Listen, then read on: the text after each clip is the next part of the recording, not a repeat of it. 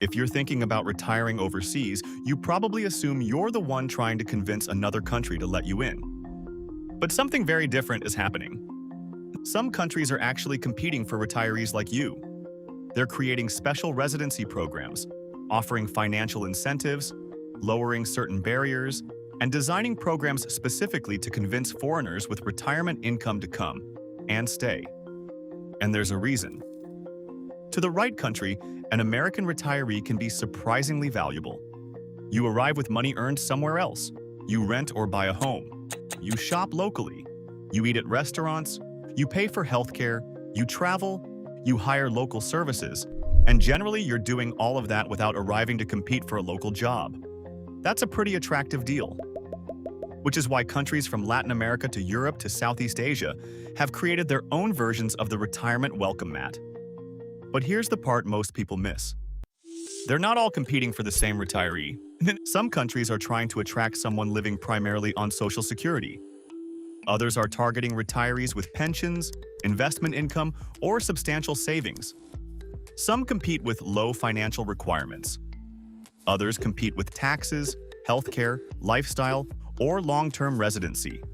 And occasionally, a country becomes so successful at attracting foreigners that it starts changing the deal. So this isn't just about where Americans want to retire. There's another question that's becoming increasingly important. Which countries want you? And what are they willing to offer to get you? Why would a country want retirees? Start with the economics. Imagine two foreigners arrive in a country. The first one needs a job. The second arrives with a pension or retirement income coming from the United States every month. From the country's perspective, those are two very different visitors. The retiree brings outside money into the economy and then spends it locally. Housing, food, transportation, restaurants, healthcare, entertainment, home maintenance, travel. Maybe a housekeeper, gardener, attorney, accountant, contractor, or property manager. That spending can support local businesses and local jobs. And unlike a traditional worker, the retiree may continue receiving that foreign income month after month for years. That's one reason retirement programs often focus heavily on proving income. The country isn't just asking, "Can you afford to live here?" It's also asking, "What kind of economic resident are you going to be?" And one country has been playing this game for decades. Panama, the classic retirement invitation. Panama has one of the best-known retirement residency programs in the world. Its pensionado program is built around something remarkably simple. Show qualifying lifetime pension income of at least $1,000 per month. That's the basic threshold for an individual. And think about what that signals. Panama isn't requiring you to be a millionaire.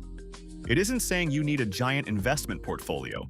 It's essentially saying, if you have dependable retirement income and can support yourself here, we want to make permanent residency possible. And Panama goes further. The country's retiree benefits have historically included discounts on things like entertainment, transportation, hotels, restaurants, utilities, and certain medical expenses. Now, obviously, you don't move to another country because you can save a few dollars at a movie theater. That's not the point. The point is what the program tells you. Panama made attracting retirees an actual strategy, and that strategy makes sense. A retiree arriving with $1,000, $2,000, $3,000 or more every month is importing purchasing power into the Panamanian economy. But Panama represents only one type of competition. Because across the Atlantic, some countries discovered another powerful way to attract foreign retirees: taxes. Europe started competing too.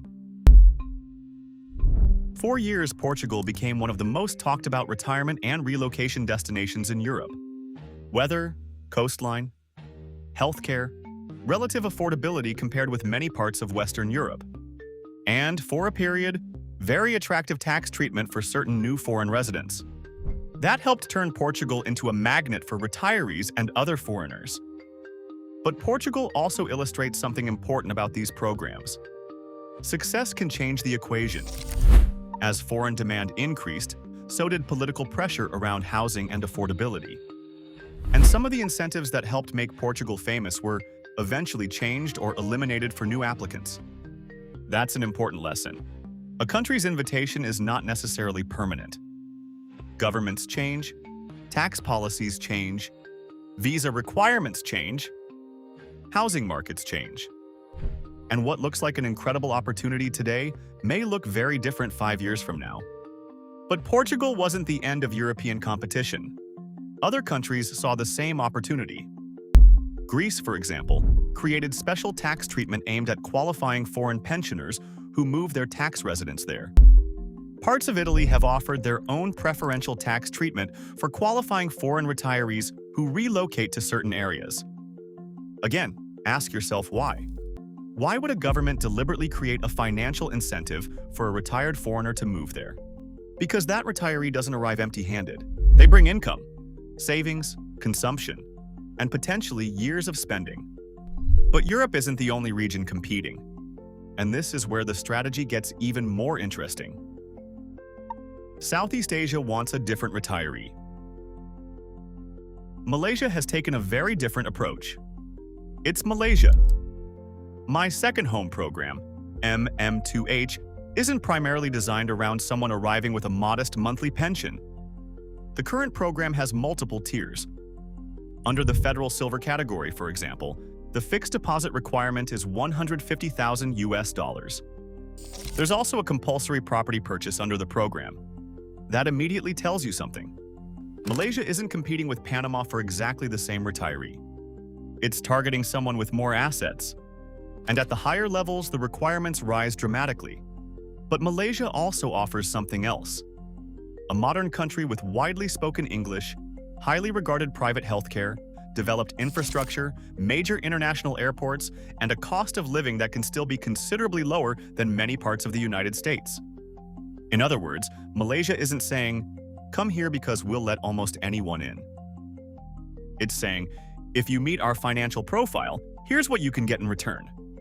And there's an even more affordable MM2H option tied to Malaysia's Special Economic and Special Financial Zone. For applicants age 50 and older, the required fixed deposit is currently $32,000. But there's a catch. That version requires purchasing property in Forest City, Johor. So even within one country, you can see different strategies targeting different kinds of foreign residents. And Malaysia recently eliminated an offshore income requirement across MM2H categories, specifically as part of making the program more competitive. That word matters. Competitive. Because Malaysia isn't designing these programs in a vacuum. A retiree looking at Malaysia may also be looking at Thailand, or the Philippines, or Panama, or Costa Rica, or Europe. Countries know that, and retirees increasingly have choices. You're the customer more than you think. This flips the traditional way people think about retiring abroad. Usually people ask, "Will they let me move there?" But countries with these programs are asking their own questions. How much income do you have? How much capital can you bring? Will you buy property? How much time will you spend here? How much money will circulate through our economy? And different countries have arrived at very different answers about the retiree they want. Panama says a qualifying lifetime pension can open the door to permanent residency. Malaysia may ask for substantially more capital, but it's targeting a different segment of the market. European countries may use tax treatment to attract retirees with foreign pensions and assets. Other countries emphasize affordability, healthcare, climate, or ease of residency. It's almost like different levels of the same market. And that's useful for an American considering retirement overseas because it means you don't necessarily need to fit one universal definition of a wealthy expat. Your financial profile might be unattractive to one program and exactly what another country is looking for. But there's another side to this competition. Because while countries want your money coming in, they don't necessarily want unlimited consequences from it. When the welcome mat starts getting pulled back. This is where the story gets more complicated. Foreign retirees and other relatively wealthy newcomers can bring money into an economy. But enough outside money can also create pressure, especially in popular cities and coastal areas. More demand for housing can push prices higher. Neighborhoods can change. Locals can find themselves competing with foreigners who have significantly more purchasing power. And eventually, the political calculation can change. The same foreign resident who once looked like pure economic benefit can become part of a debate about housing, taxes, development, and affordability. Portugal is one example of how quickly incentives can evolve.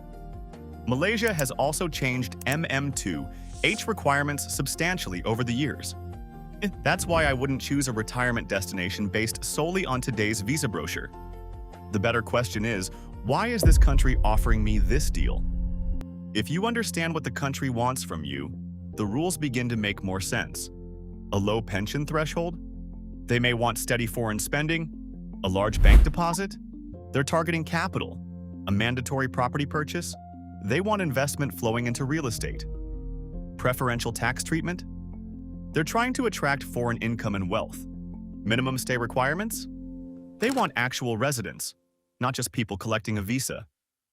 Once you look at retirement programs this way, they stop looking like random immigration rules. They start looking like economic strategies. What does this mean for you? It means Americans considering retirement abroad have more leverage than they sometimes realize. Not every country wants you, and not every program will make sense for you. But you don't have to start with one dream country and then desperately figure out how to qualify. You can reverse the process. Start with what you actually have: your reliable monthly income, your savings, your healthcare needs, your housing budget, the lifestyle you want, how far you want to be from the United States, whether you want permanent residency or simply a renewable long-term visa. Then, look for countries whose incentives line up with you. Maybe that's Panama. Maybe it's somewhere in Europe. Maybe it's Southeast Asia. Maybe it's a country you haven't seriously considered yet. Because the biggest mistake would be assuming you're asking another country for a favor. In many cases, this is an exchange. They give you the legal ability to build a life there. You bring income, savings, spending, and investment into their economy. And as more Americans question whether retirement in the United States still gives them the lifestyle they expected, countries around the world have noticed. They're competing for a piece of that retirement economy, which means the next time you're wondering, where should I retire? Try turning the question around. Which countries are competing for me? Because sometimes the best retirement opportunity isn't simply the country you want most. It's the place where what you have and what they want happen to match.